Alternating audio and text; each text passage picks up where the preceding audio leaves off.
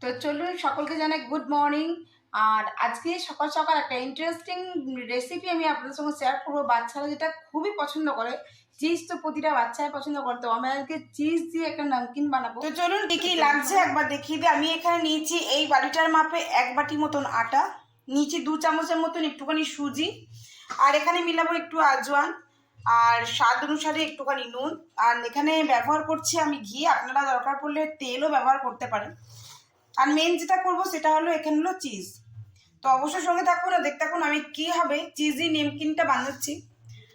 তো অবশ্যই সঙ্গে থাকবেন আর দেখতে থাকবেন। তো আমি এখানে পুরো 1 বাটি পুরো আটাটাই এখানে নিয়ে নিয়েছি। এবার নিয়ে নেবো এর মধ্যে 2 চামচের মতো সুজি।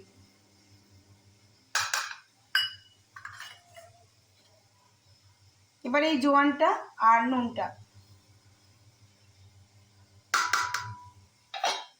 আর এই সমস্তটাই ভালো করে মাখবো। তার জন্য আমি নেবো এখানে ঘি।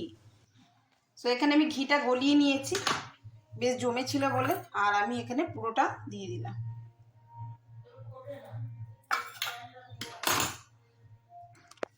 এবার আমি গ্রেটারে চিজটা গ্রেট করে দিয়ে দেবো। তো এটা আমি আগে ভালো করে আটাটার সঙ্গে সুজিটা আর যে ঘিটা আছে ভালো করে মাখিয়ে নেব। আপনারা চাইলে তেল দিতে পারেন, যে সাদা তেলটা আপনারা ইউজ করেন বাড়িতে খাওয়ার জন্য সেটা। তো দেখুন এরকম করে ডালা দিচ্ছি, বেরিয়ে যাচ্ছে। আরও ভালো করে আমি একটু ময়ন দিয়ে দেবো।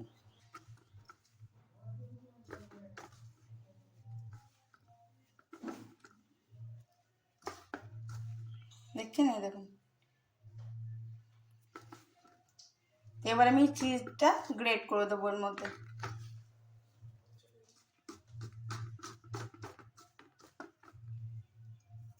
আমি এটা ভালো করে মাখিয়ে নিয়েছি।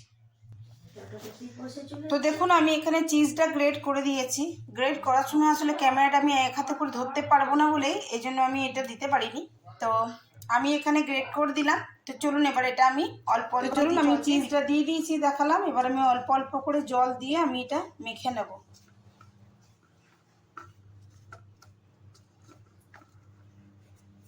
আর আমি ঘিয়ের বাটিটার মধ্যে জলটা নিয়ে নিয়েছি। আপনারা চাইলে ছানার জলও দিতে পারেন।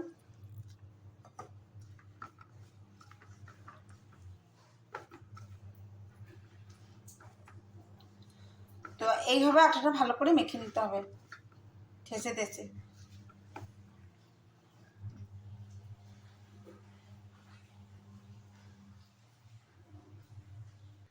তো চলুন দেখায়, আটাটা মেখে একেবারে লোই পাকিয়ে নিয়েছি।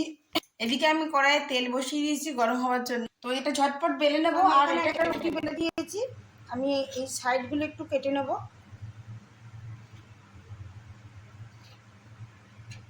কেটে আমি এবার পরে করব।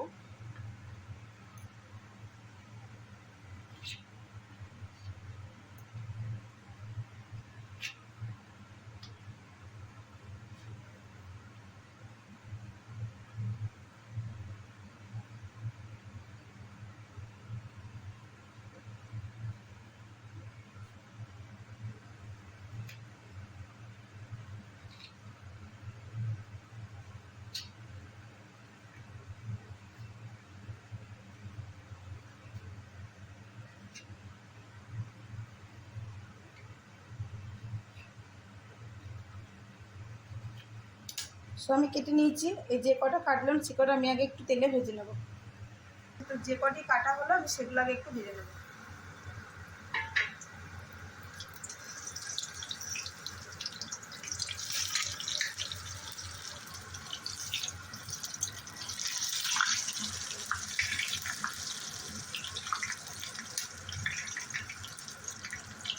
আমার নিমকিগুলো এইভাবে লাল লাল আকার ধারণ করেছে, এগুলো তুলে নেব। তো আমি এখানে আর একটি মাত্র নেচি বাকি আছে, এটা বেলে নেব। বাকি এখানে সমস্ত নেচিগুলো আমি বেলে এখানে নিমকি আকারে কেটে নিয়েছি। তো চলুন এবার ঝটপট ভেজে ফেলার পালা। আর এই যে এই কটা ভেজেছিলাম। তো আমি এখানে আবারও নিমকি কিছুটা ছেড়ে দিয়েছি, আর কিছুটা অল্প আঁচে আমি এটাকে ভাজবো। সো এইভাবে আমি ভেজে নিচ্ছি সমস্ত নিমকিগুলো। আর দেখুন এতগুলো হয়েছে।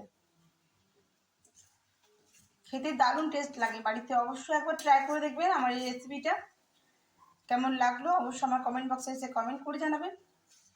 আর আমার ভিডিওটি ভালো লাগলে অবশ্যই একটি লাইক কমেন্ট শেয়ার করে দেবেন। যদি আমার চ্যানেলে নতুন বন্ধু হয়ে থাকেন সো প্লিজ আমার চ্যানেলটি সাবস্ক্রাইব করার বিশেষভাবে অনুরোধ রইল। তো ভিডিওটা দেখতে থাকুন শেষ পর্যন্ত, স্কিপ না করে সঙ্গে থাকুন আর দেখতে থাকুন।